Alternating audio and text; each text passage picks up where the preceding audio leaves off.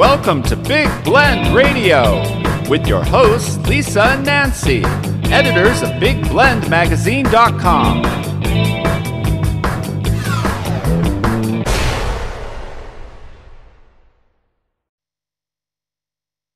Hey everybody, welcome to Big Blend Radio's first Friday Toast to the Arts and Parks show with the National Parks Arts Foundation. As you know, every first Friday we get to interview artists that are part of the National Parks Art, always just say NPAF, it's easier, but it's National Parks Arts Foundation's unique 1 month long artist in residence programs that are in parks across America. We're talking Hawai'i volcanoes, national park, places like Chaco Canyon, Fort Union out in northern New Mexico, dry Tortugas out on your own private island for a month, and Loggerhead Key and dry Tortugas out in the Florida Keys. I mean, these are really unique residencies. You can learn more, go to nationalparksartsfoundation.org. So today we have a special person back on the show. She is an amazing photographer, but she's also the founder of the National Parks Arts Foundation. And we always like to catch up with her every few months to find out what's going on, what are the residency opportunities. And, you know, now it's the end of the year, and we're going to look back at what has happened over the year, the different artists in residence, and also what's coming up in 2023 for the National Parks Arts Foundation. So welcome back, Miss Tanya Ortega. How are you? Hello, everybody. I'm great. I'm really good. How are you? Well, we're doing good. We're recording this while we're in Savannah, and this is a big art community. We're actually I think it's the Scars. I don't know. It's Star. I got to go look it up again. But we are in the arts district of Savannah, and so I think you should do a residency here. I'm just saying, because there's Spanish moss everywhere and trees hanging low, and it's just so beautiful. It's beautiful. Yeah. I'm just, I have heard that it is just incredible there. I mean, just beautiful. You have not been here yet? Oh, I've never been there. Oh boy, wonderful thing. Oh, I think you must come because it's on the list. It's like the streets are just, oak lined with, hanging in like tree tunnels, right? Which is amazing. So it's the Starland District. That's what it is. Let me just say that. Starland District. The Starland District.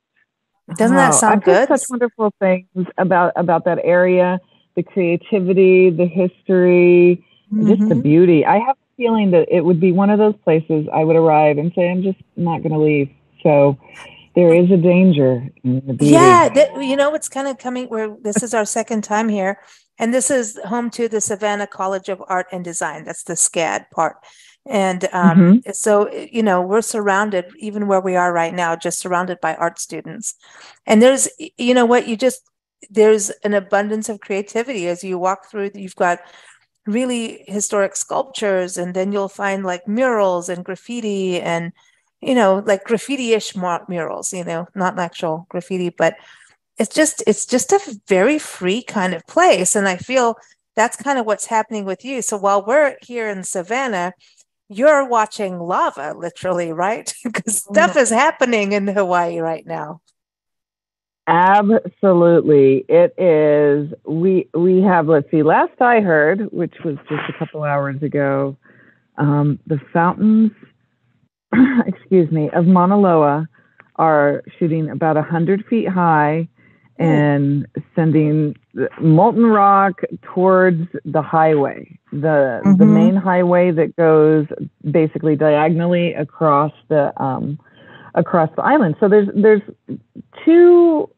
So if you picture the island or just even a circle, there are roads that go on the perimeter, and then there's one that goes diagonally across, and those are the only major roads here. And so the one that goes diagonally across is the one that they expect in the next day or two is going to be covered in lava. So, I mean, we don't know it could just stop suddenly. I don't know. I'm not a volcanologist, but there are great ones at the park. And if anybody has been following it, follow the volcanologists from the park, the USGS, and you'll really, really get to see what's going on. It's incredible. So I think, let's see, a couple hours ago, it was only 3 miles from the Saddle Road, which is the Daniel Keanui Highway. And that was from the U.S. Geological Survey. And yeah, I think they said it's going to take a day or two to reach that, but at the rate that it's going now. And sorry if I'm stuttering a little bit, but boy, the idea of lava is, and I think the volcano is only like 20 miles away from me. Wow.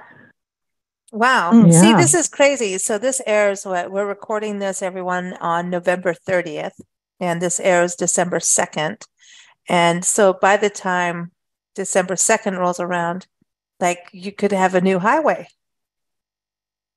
Yeah, it will be covered in lava, which means that, and there are a lot of people who commute halfway across the island for work. So the other roads that go on the perimeter of the island are just going to be packed. So just a little. Wow.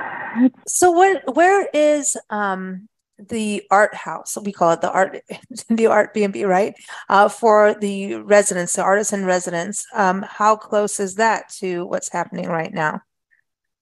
Oh, I need to send you a photograph that they've taken at the neighboring property to the artist's house. I don't know the distance, but you can see it from the artist's house. So so our neighbor, the neighbor there is so kind. She's a wonderful person, and she checks up on stuff. So from the second, I'm going to go down there this weekend to make sure everything is good and everything's happening, because right now we're in the process of fixing it up, as we do every year, to make it better for the artists who come. So it's I'll send you photos from the second floor when I'm there this weekend. And the neighbor said that, and she sent a photo too. You can see it. You can see it. It's beautiful but scary. Yeah, but isn't that wild? Like, isn't that the thing about fire too? Like, fire is this beautiful thing, but you want to touch it, but you shouldn't. And then I was talking to a friend who's got a child, and I'm like, it is that same thing. No matter what you do, you say, don't touch the stove, but they're going to touch it because they're going to, no matter what. That's how you learn. We all do it as kids. Like, we all like stick our finger in the place we're not supposed to. And then we may do it again. You know what I mean? They'll stop it, Nancy. But this is the thing with the lava. That's what, regrouping this year. We've done a lot of interviews with artists and residents. Like, I'm looking at like Ben Cosgrove. We've got Alice Lease and so many people, right? So, that this is a prime artist residency, like Dry Tortugas. All of them are amazing. But this is, they all talk about, especially because of the last, volcano eruption, that it's so interesting to go and see the change and the movement. How does it change in all kinds of spheres, whether it's even culturally and just the way it is for people living there. I mean, you've had Andy, doing his comic strips on that too. So it's really interesting now. I think, this residency, I know you have one open, like people can apply now, right? That's happening. Isn't that one? Yes. Now actually in Maui, the Haleakala National Park Artist in Residence program is going to be open. Yes, by the time that this airs, it's going to be open. That's on a different island. That's on Maui. So we're expected to open the applications for Hawaii Volcanoes National Parks, I think in late January, if I'm not mistaken.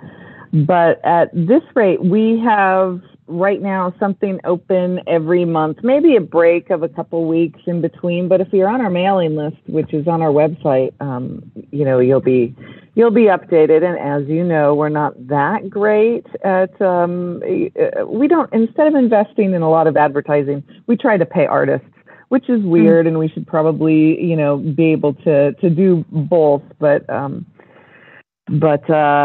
follow us on social media and sign up for our email list if you can. And we don't we try not to bombard people with a whole lot of junk mail because we don't like junk mail, but we do say, hey, this is open now, so you might want to. And it's always kind of a bummer when after something's already closed, people get a hold of us and go, hey, can't we apply late? And we've already given them to the review committee. So, but we're trying to and we have so many parks that are applying to have our programs in the national parks. We're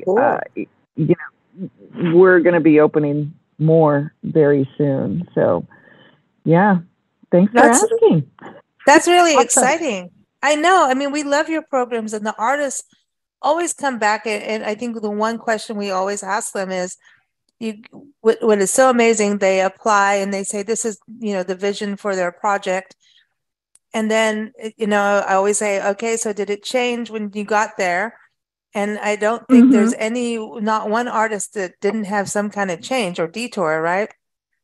Because that's how art works.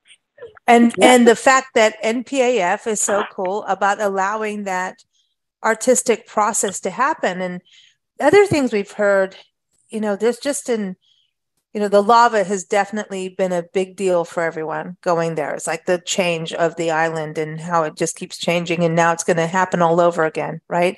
But the other thing is that the program, not only is it just, the park, people are going in with such amazing angles.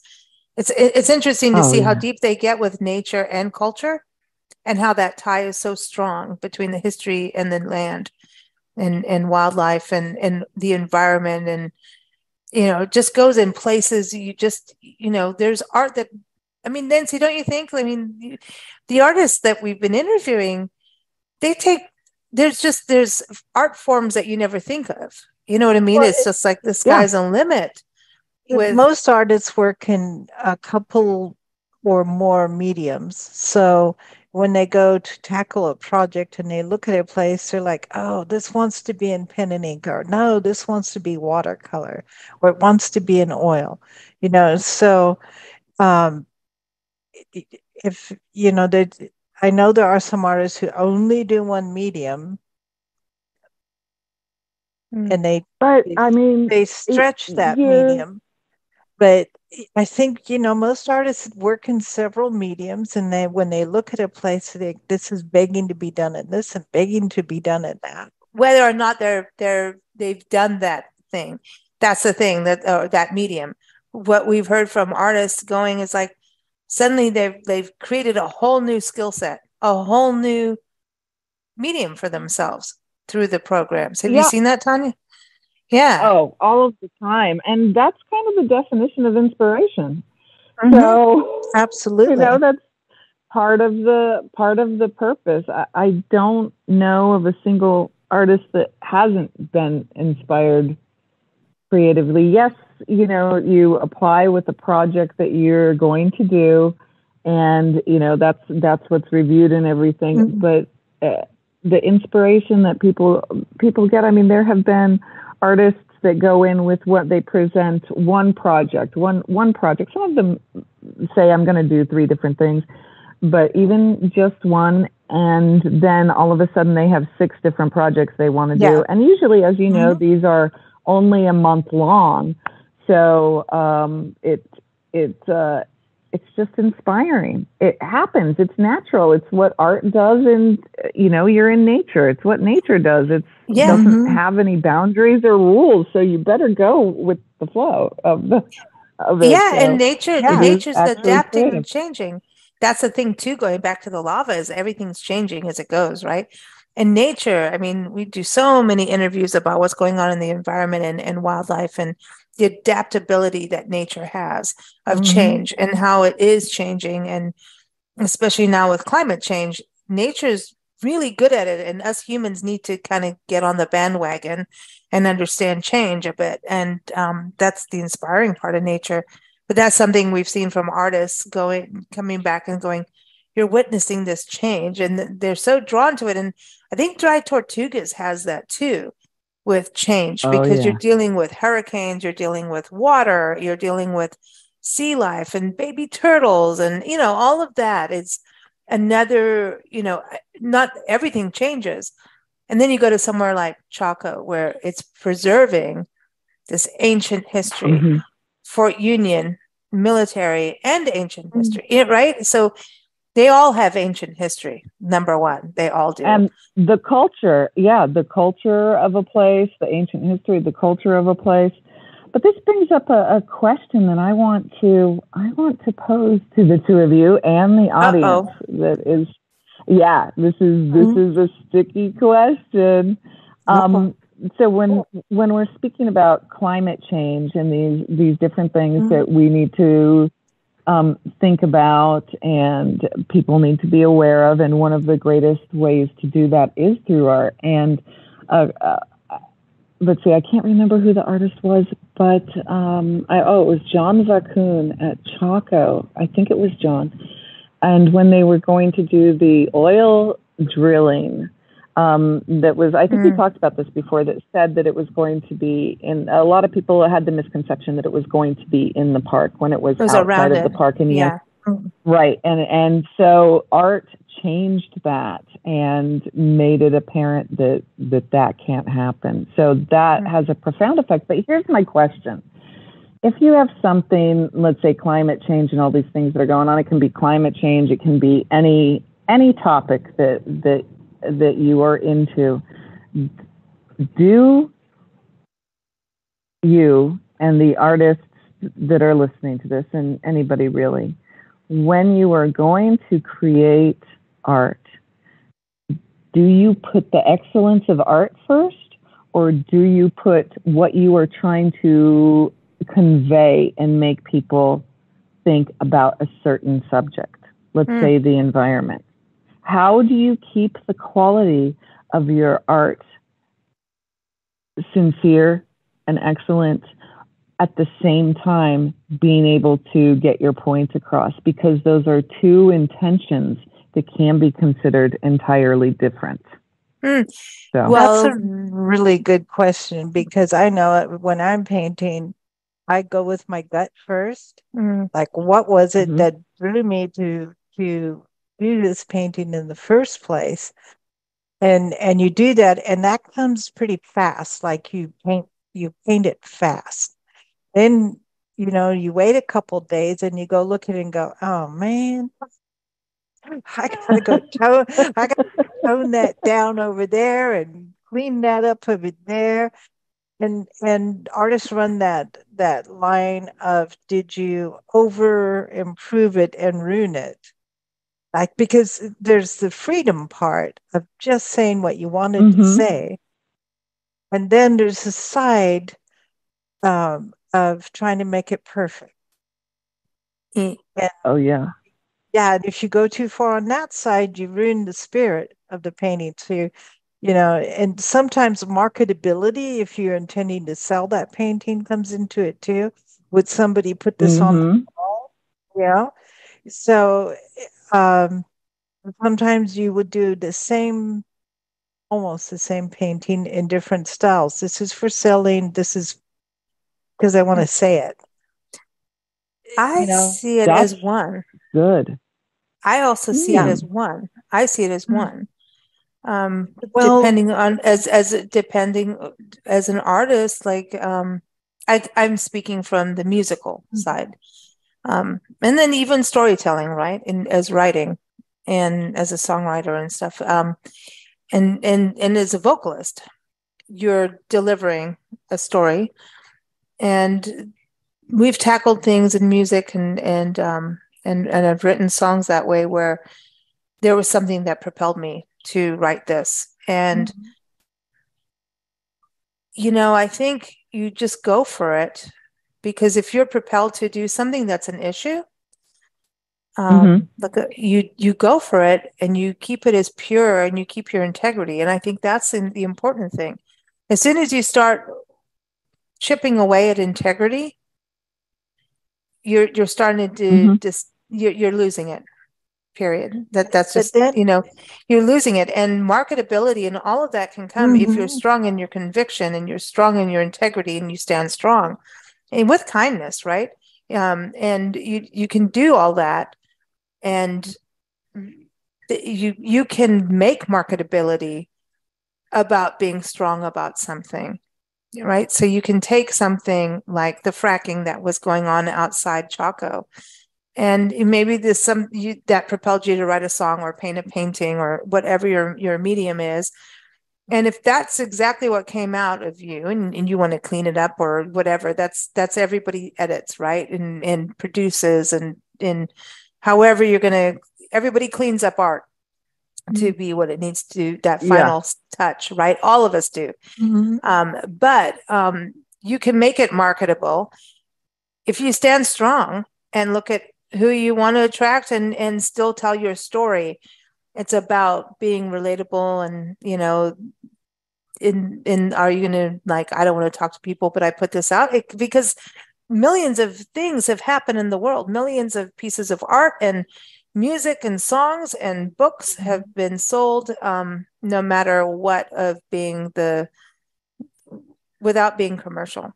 But you do have to also think about marketability, like Nancy says. You have to, if you want it out there, because if you want to you have to make a wave, right? If you want to make change through your art, then you have to be marketable. And so that's you, because you need to get out there, and you can still have integrity. And that's an important thing. And I don't think it's just in the arts. I think that it's actually a global thing happening in business and in how things are happening, that if you want success, you don't have to sell out. You can have integrity and success at the same time, no matter what you're doing. Period. Unless you're being an idiot. Then you suck.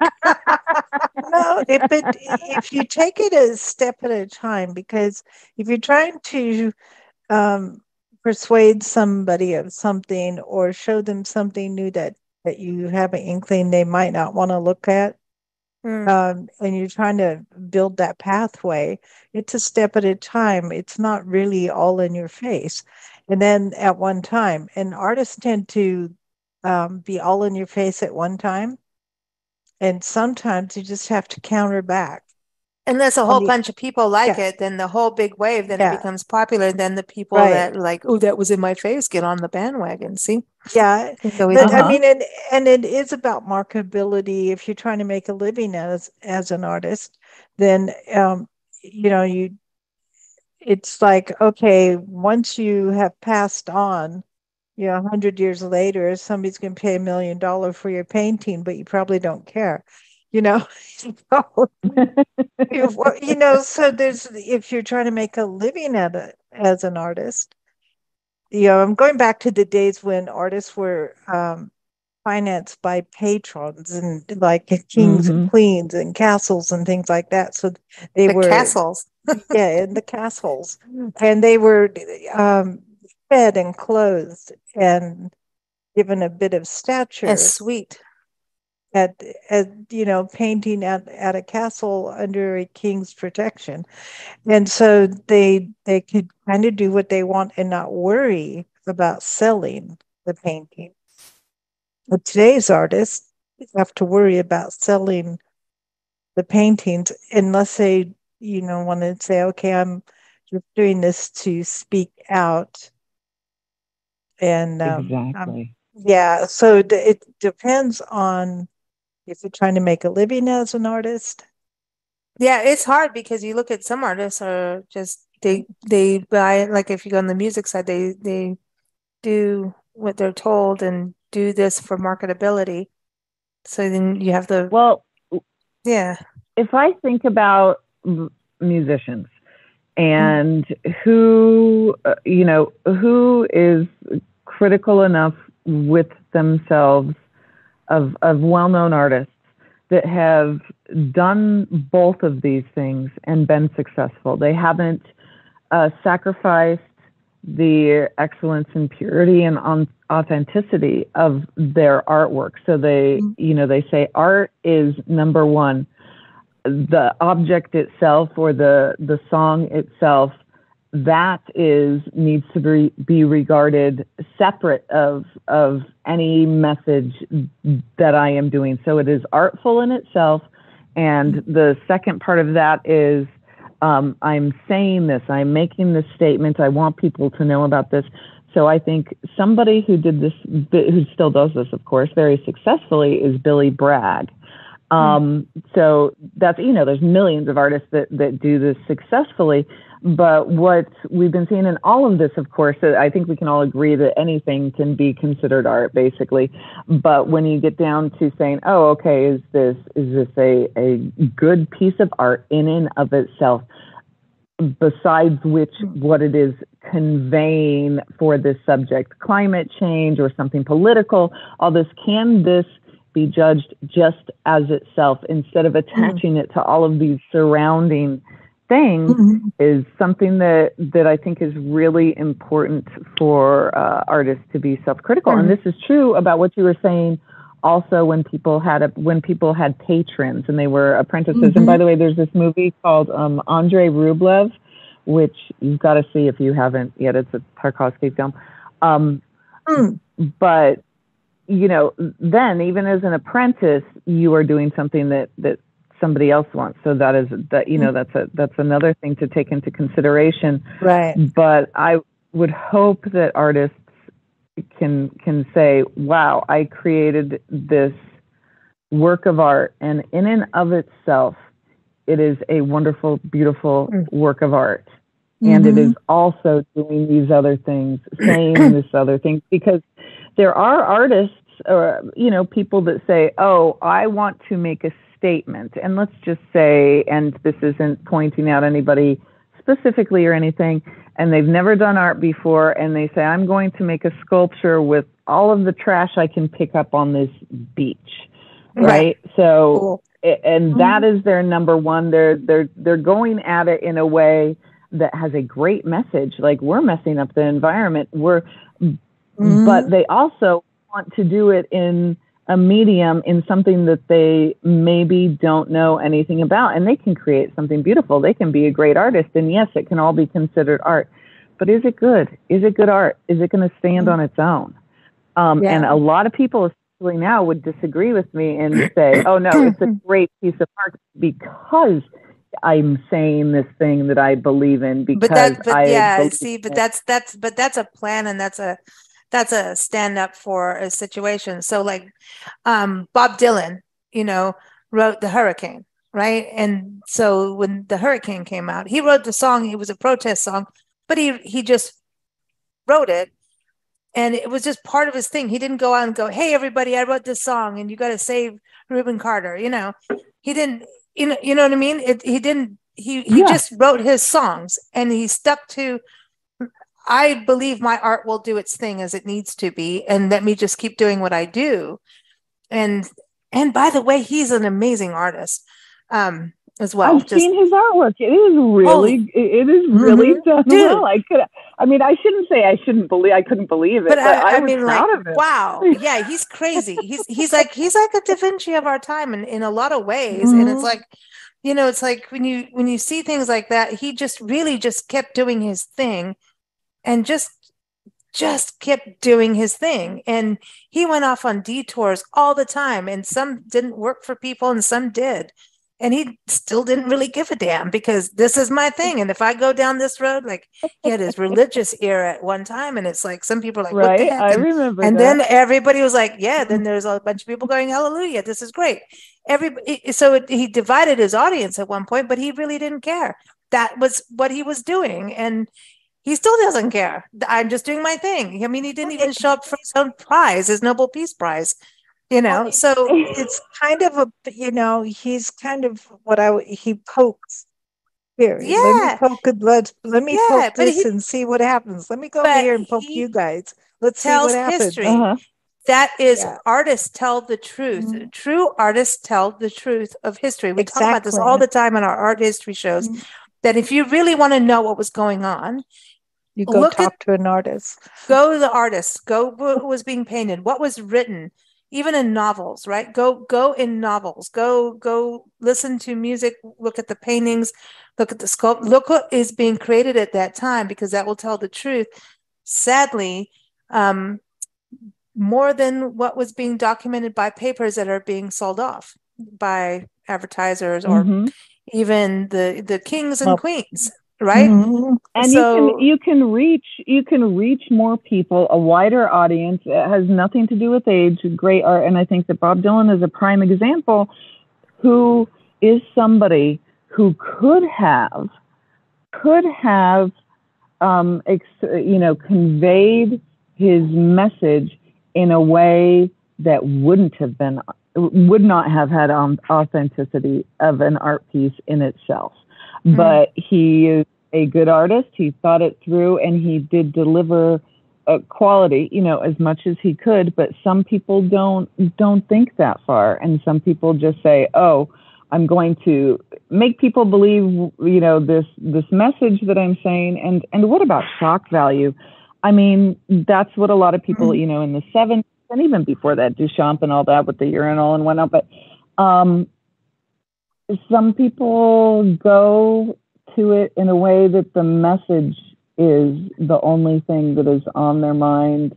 And that's how the artwork is created. And it's really hard. And, I see art as its persona, like an entity of its own. I know that's a strange way to put it. But, and if art was an entity and somebody said to art, "Oh, you have to convey this message for me," art would be like, you're going to have a lot of trouble making this truly a good piece of artwork, because that's not what I'm about. I'm my own person. But this is like when your mother gives you a bowl of peas to eat. You don't like peas, and here's your bowl of peas. No matter what, you don't play with like your food.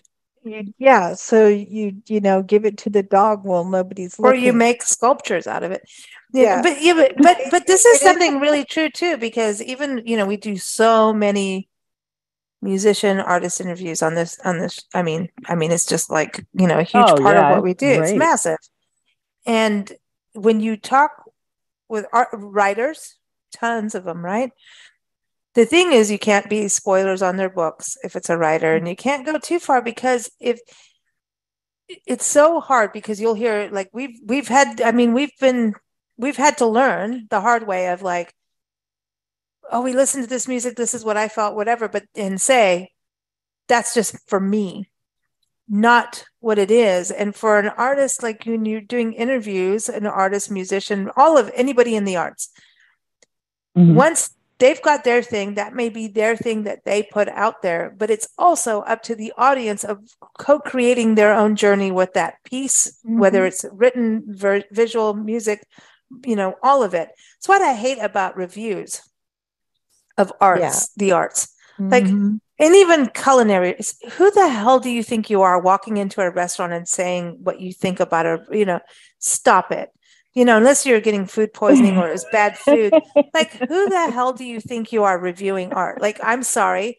It is a personal thing for the viewer, the listener, the reader, the taster. I mean, it's like, I'm sorry, but I hate all the critic things, because that's opinionated. It's opinionated.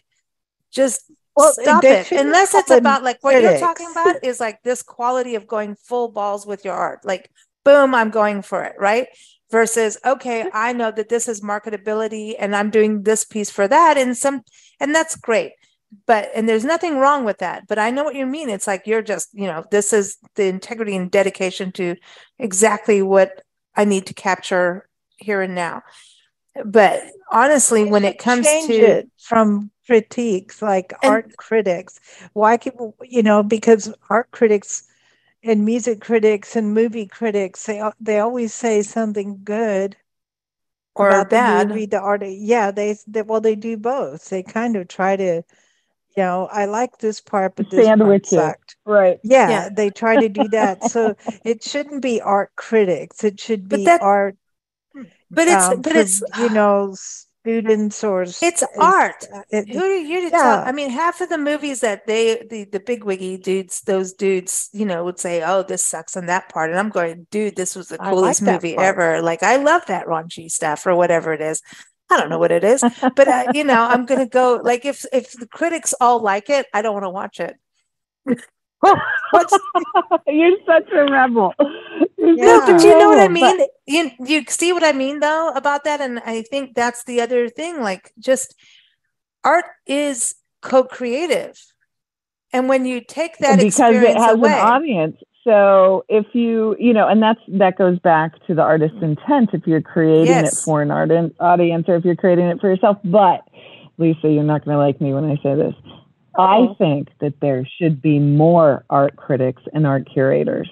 Damn it. I think that we are losing a really important job because, for one, I think it's really good for the artists to have a critique if their intent was to convey something.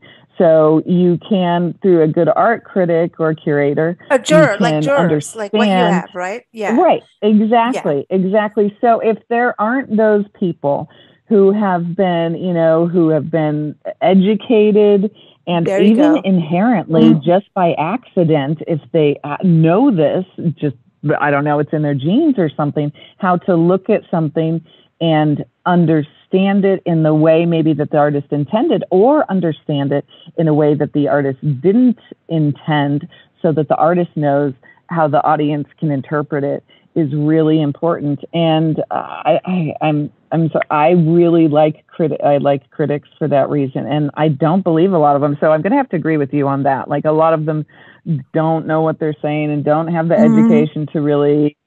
But anybody can have an opinion, and it's all art. So anybody can do it. But to have people, especially like our review board, we're even if somebody applies with, and I told you this before, with something like a theremin or something that not a whole lot of people might know about it, we find people that know about it to be able to have that, reviewed like that. So in a way that the review is coming from somebody that knows about that artistic media. Because it's not fair. Otherwise, it's not fair to and I guess it is in a way to have, everybody's opinion about something, but to have somebody that can really say, oh, that, I know about an expert. that. An expert. Yeah. There's expert reviews. We're losing experts. When I used to paint in public, oh my gosh, it was so tiring. People would say whatever they wanted. For some reason, they felt like, oh, you put yourself in public, so I can say anything I want about your painting. And they would take they do, and they go on and on and on. And the sarcastic part of me, which is big, always wanted to say, and you got your art degree where? And you've studied art for how long? But and how many paintings have you painted? And do you even know what kind of medium I'm painting in? Do you actually know anything about art? Or this is your personal opinion about, I hate blue, so anybody that paints with a bit of blue in the picture, that's a lousy painting because I hate blue. Yeah, but do you see, now you're talking about Google reviews and Facebook reviews and Yelp reviews. About people who use it. But it's the same thing. When you're painting. But that's the same thing. Yeah. So it's like, do you have any knowledge at all about the subject you're critiquing? And nobody's asking and nobody's asking for your opinion anyway. I just want to point that out. Well, there we go. Oh boy. I have to tell you, one of the, and I won't name the park, but one of the parks that we work with, we negotiate with the park service as to when we set up these programs, what they wanted. So we're in a conference room, and there's a lot of park service people, and NPAF is there, and we're setting up the program. We're creating it. So we create every program, customize it for the park, and for so we do a lot of kind of standing up for artists a little bit. I'd like to think anyway. And they said, well, what we want, and this is how it usually starts, by the way, what we want is we want an artist to come and to be in the park let's just say a painter, that was what the subject was.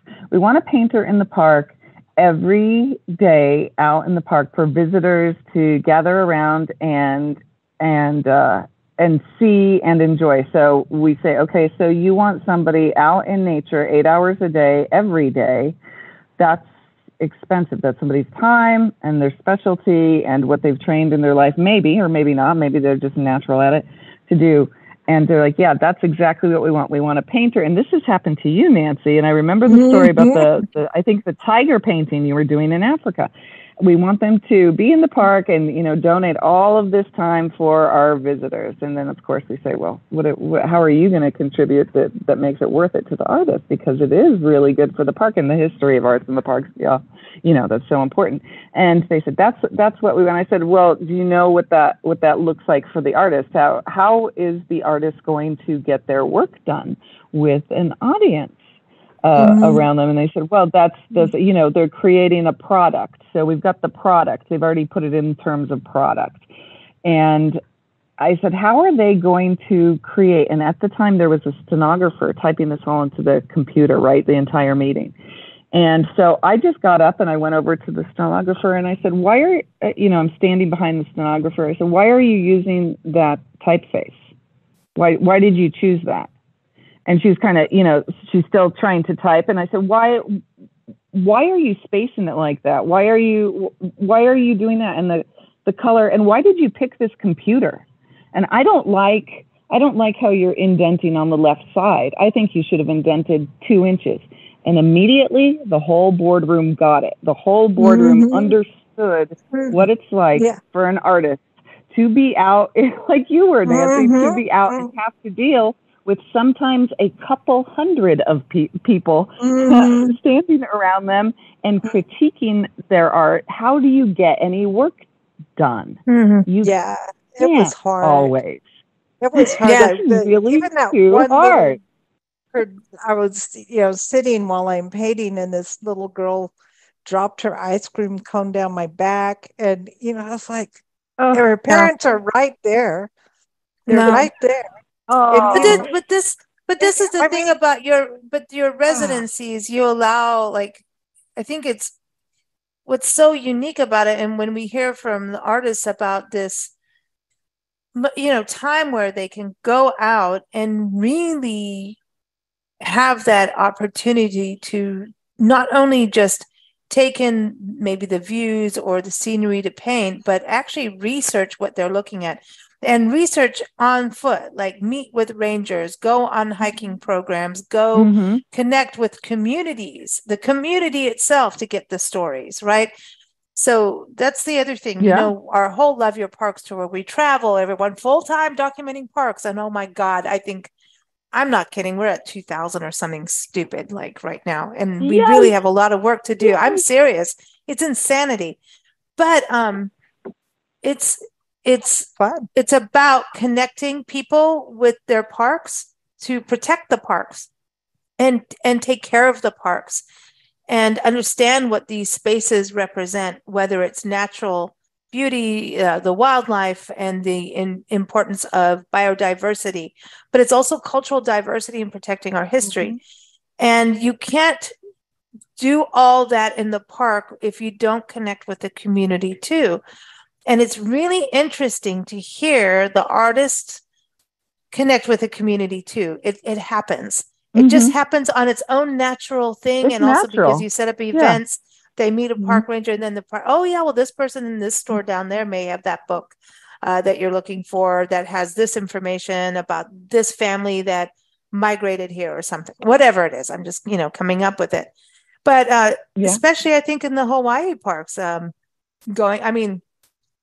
Tortugas, you're out on your own, but but still there's a community, there's a park community of people, that they connect with. And so I think it's very interesting how this residency gets people to get to the root of the place, people and nature. It's very interesting to hear these stories. Thank you for recognizing that. That is one of the reasons that the they're inspired to do other or add to the project that they've already intended to create, and it's organic and natural, and that happens, and we're so lucky at every single park that we work with. If the National Park Service has time, and they always have because they're great, they communicate with the artists and engage, and they make connections that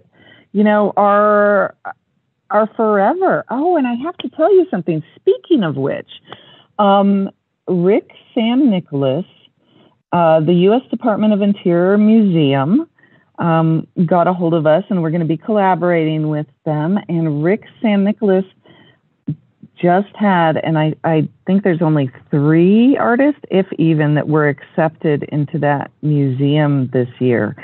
And they got a piece of this beautiful. So Rick is the artist that he's Hawaiian, and he makes the historically accurate capes.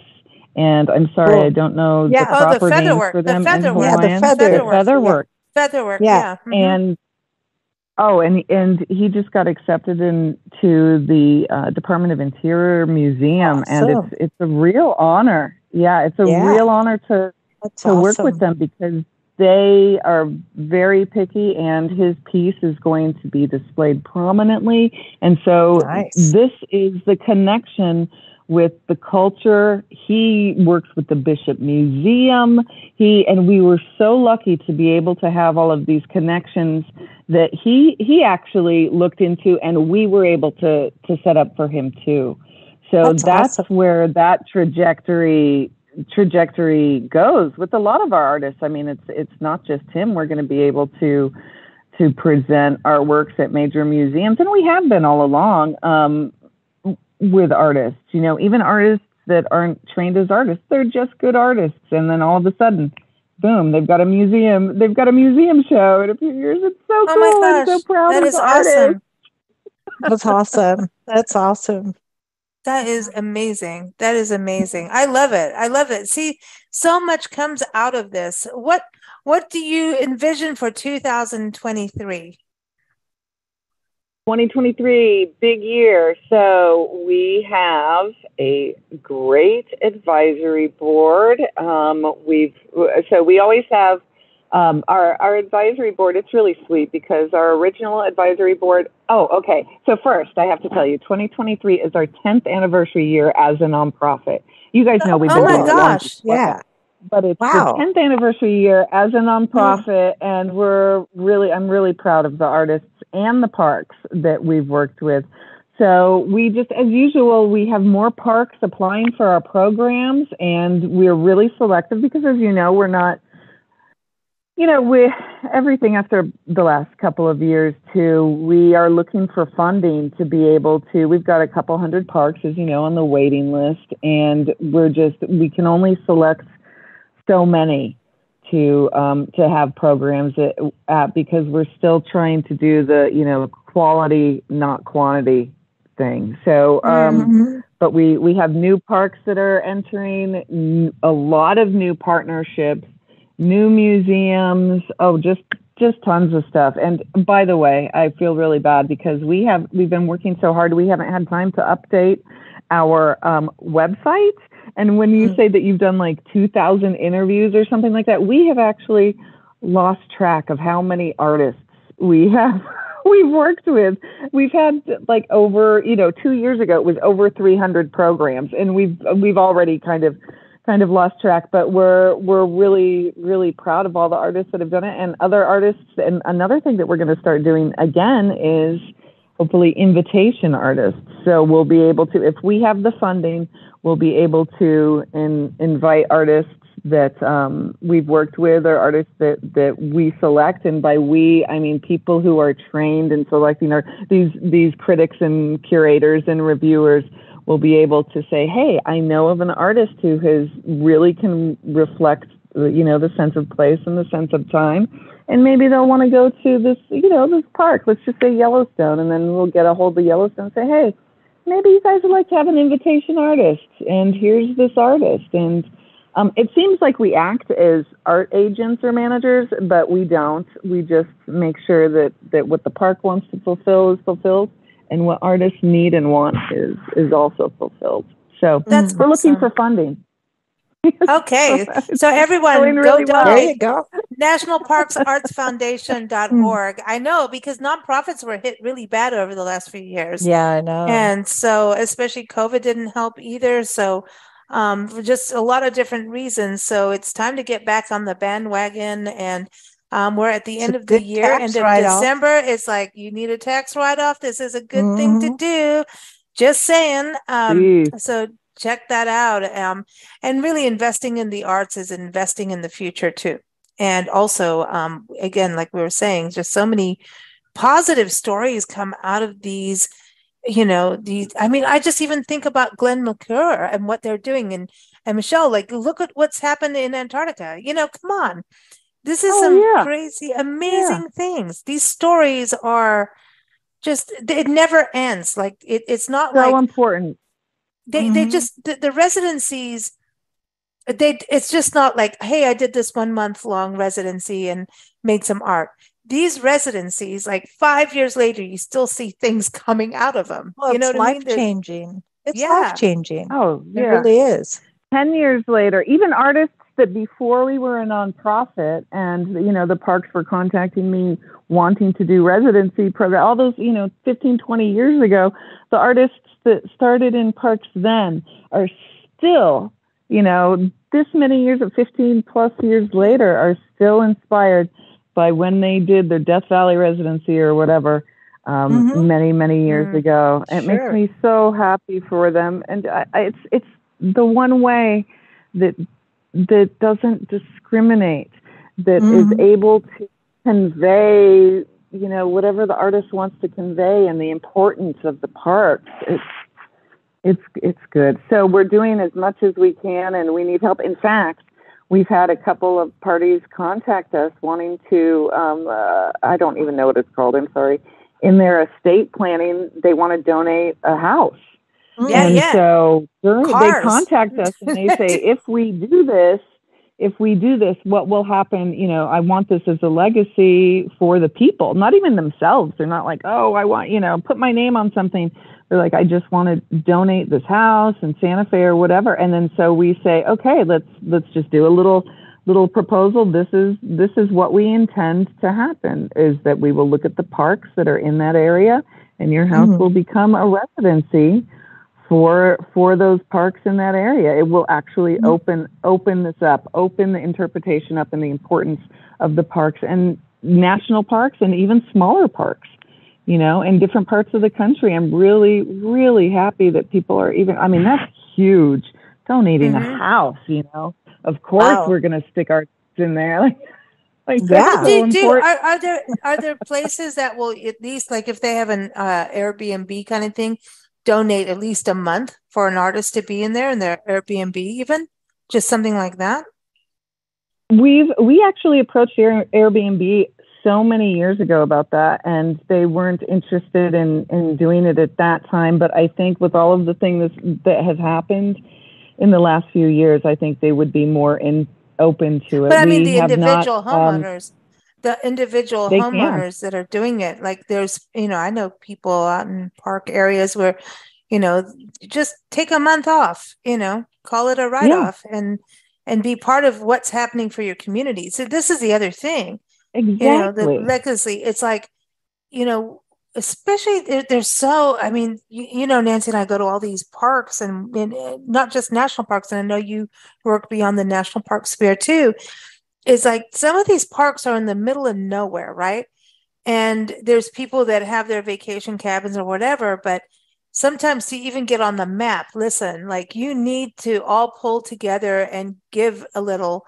And if you have a second house or something, and do it, it's something that when you do this, there's publicity that comes with it, and it helps put your region on a map, because art lasts. It's exactly going back to what we were talking about. Art lasts, and it tells the story, and it travels, and artists are so great. You always see them, you follow them on social media. Some of them are just like prolific at it. Others are a little bit more reclusive. Some come on our shows. So listen every first Friday and do other interviews and magazine features around the world, museum exhibits. But it takes these parks. And so I think it's important to look at, these smaller parks need this. And you want to get on the map, that's part of the way to do it. And that will help your community in ecotourism and heritage tourism in the long run. It does. And it takes time, but it works. It's real. That's the integrity, right? That's the integrity. And you're doing good something tourism. For the community, for the park, for the environment. Who knows? And also, if it were me and I was in a totally different thing and I didn't do art at all, if I, had a house, let's just say in Savannah, Georgia, and I said, wow, I really want to, my house is beautiful and I want to get it out there. And wow, that would look really good for me if I had a national park artist. If I hosted a national park artist on my house, I could put that on my Airbnb listing and say how important it is and what I do for the community. It helps the homeowners too. But thank you. It helps everybody because recognizing that. It's cool tourism. It's better tourism. It's like we've got, tourism is changing so much right now, and it is going into being regenerative tourism, transformational tourism. It's ecotourism, of course, sustainability is all part of it. But it's like when you go somewhere, what are you leaving as a traveler? Well, these artists are probably the kindest people on the land in your community, in your parks, because they're really giving back. And then people that encounter this when, the artists do events, sometimes, depends on what's going on, COVID, right? Mm-hmm. But their events continue on. So there's this experiential thing and transformational thing that happens. It happens for the members of the community when they see their region, their history, their nature being represented. There's some pride in that. And I think that's also something very important. Places are going through a lot of strife, right? So there's wildfires in some of the park areas. There's hurricanes going through there. But when some artist comes in, or volcanoes, goes through and goes, hey, I want to show this. This is my interpretation. There's some pride that goes with that. And for a community, to also remind them what's in their backyard, because that's something we find. Yes. People forget what's in their backyard. Oh, it's only when, family comes to town do we go here. And they forget to look at the little things. Yeah. So and that's why it's important too, that we open it up to, it's not just at any of these regions. If you're near the park, you can still apply for the program, and I remember years ago when I applied for something that was about, 60 miles away from where I was living. And I applied and they said, well, you didn't get the residency because you already lived there. Why would we give it to you? You already live close. And I had to be like, oh, well, because sometimes people don't see things that are in their backyard. They don't, it's it's a different way of, so I didn't get that residency, by the way, but I made a good argument and they changed their rules. So, you go, girl. Don't mess with Tanya. She's got that Taurus spirit, right? Tanya, I've got one quick question before we go, but would you consider, because part of NPS, the National Park Service, park units are actual historic trails and also scenic trails. There are waterways now that are heritage trails. Would you consider that as a residency, like say Blue Ridge Parkway, right? Would you consider that as like someone did the parkway? Like, just entirely, even if they hopped, like if they got to hop down the Natchez Trace, for think about that, like an artist doing Natchez Trace and being able to even hop up and down or something. Wouldn't come on. Even if someone donated an RV or something, I don't know. I'm just saying. Yeah. Exactly. Come on. Wouldn't that be cool? That would be perfect. Nancy and I were just on the Blue Ridge Parkway talking about this. So parts of it were closed because it's winter and maintenance. But we got on like right at the North Carolina, we were on our way to Asheville and we're like, detour, like, from Virginia. And I swear to God, it's the best thing. We saw like the It's wonderful. And the cliffside was a sheet of icicles. The cliffside, as you're driving, these massive icicles, just sheets and sheets and sheets of icicles. Icicles were 6 feet long. You're standing. You take photos? Oh, sure. Yes. I really hope you did. Oh, that sounds beautiful. But it's interesting that you mentioned that, because some people have applied and they have actually said, I created my own artist in residence program, and they say that they did something like that for themselves over a couple weeks, a month, months. Like, I made my own, and this is how I did it, following the Santa Fe Trail, and I did it. Here's my portfolio of what I created myself. And wow, that says a lot. You took this into your own hands and you did it. So yeah, definitely. Yes. That's a great idea. Oh, cool. Because there's so many, and these heritage areas are becoming more of a thing. They're growing and growing and growing about how heritage areas work, because it's a community involvement, not just NPS, and state parks and all these agencies come together to develop these corridors and heritage areas. And then the small businesses in the town or the businesses get involved. And I see more of that happening as we travel. It's like I can't even tell you how many there are anymore. They're really, it's happening, but their funding, they have to, that's a tricky thing for them, but because they have community support. On those ones, the community really, they're able to get involved a lot in that. So even if the monetary support isn't there, the community support is there. So, and that's nice. But the interesting thing with a lot of those is they only pick their artists, and it would be really great if it could be open equally for everybody. So, do a balance of that somehow, so that Tanya wants she wants her jury. Because it is true. I get what you're saying. You have to have a juried art show than in just saying, this is my friend and you get to be be an exhibitor, right? So I get what you're saying. I'm just you know what I mean? I was just going like, listen, some people just review and they sit and have their martini and just do the same thing. I've had lobster some of them are the worst. You know what I mean? I'm talking about, experts like, peers, and like when you think about universities and professors and people that really study it and also experience and go out, I think that's a very important thing. That's not like, hey, I'm just putting you on because you're my friend. That doesn't happen. Small town. But I'd that has its place too, but I'd like it to have a little more equity, I suppose. Well, it isn't. We go back to that word integrity. It's all about the integrity, man, for sure. Well, Tanya, always cool. Listen, you stay safe. Don't cross that highway. Listen, I know it's tempting to touch the lava, but don't touch it, okay? No. This is not just before we go, I have to tell you one thing. So here in Hawaii, there is, and this is us too. We have our kitchen that's outside. It's on a deck. It's attached to the house. It's a kitchen, but everything, the weather's so nice here that a lot of things are outside and there's no walls. So I am just dusting because of the ash fall. Yeah, I bet. Wow. Oh my gosh. Wow.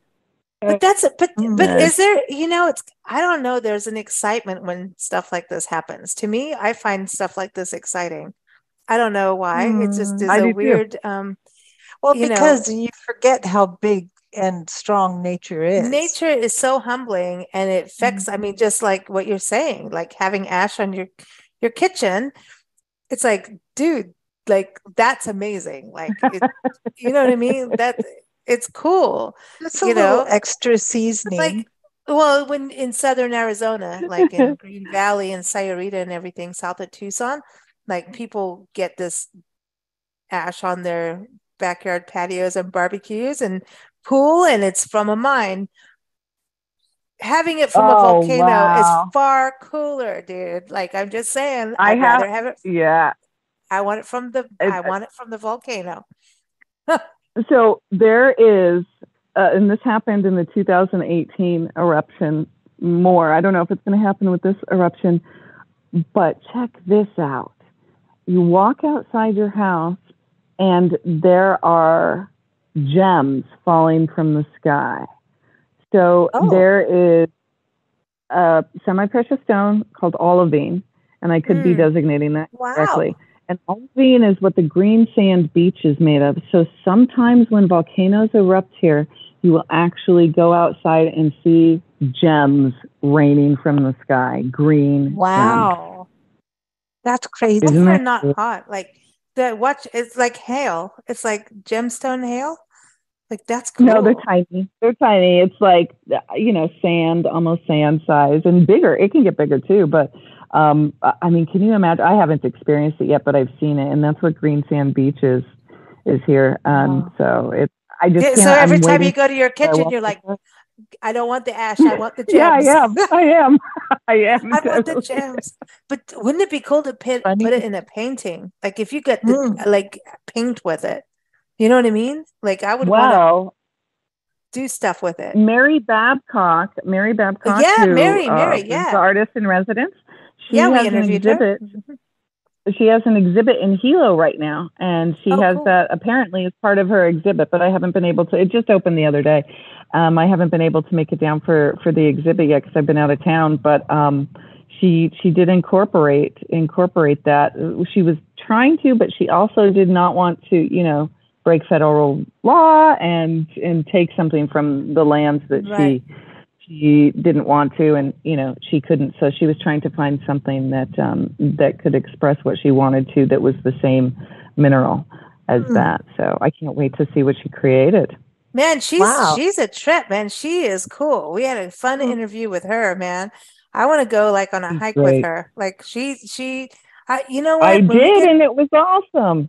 Did you? Oh, now you've hiked with Michelle, right? Have you been out with Michelle? Because, like, I think she'd be a trip to go hiking with. Or you might have to go diving with her. She goes all over the place. But in Antarctica. Yeah, right. No, I'm not doing that. No, that's a little cold. That's just a tad cold. But she's from Wisconsin. She can do it.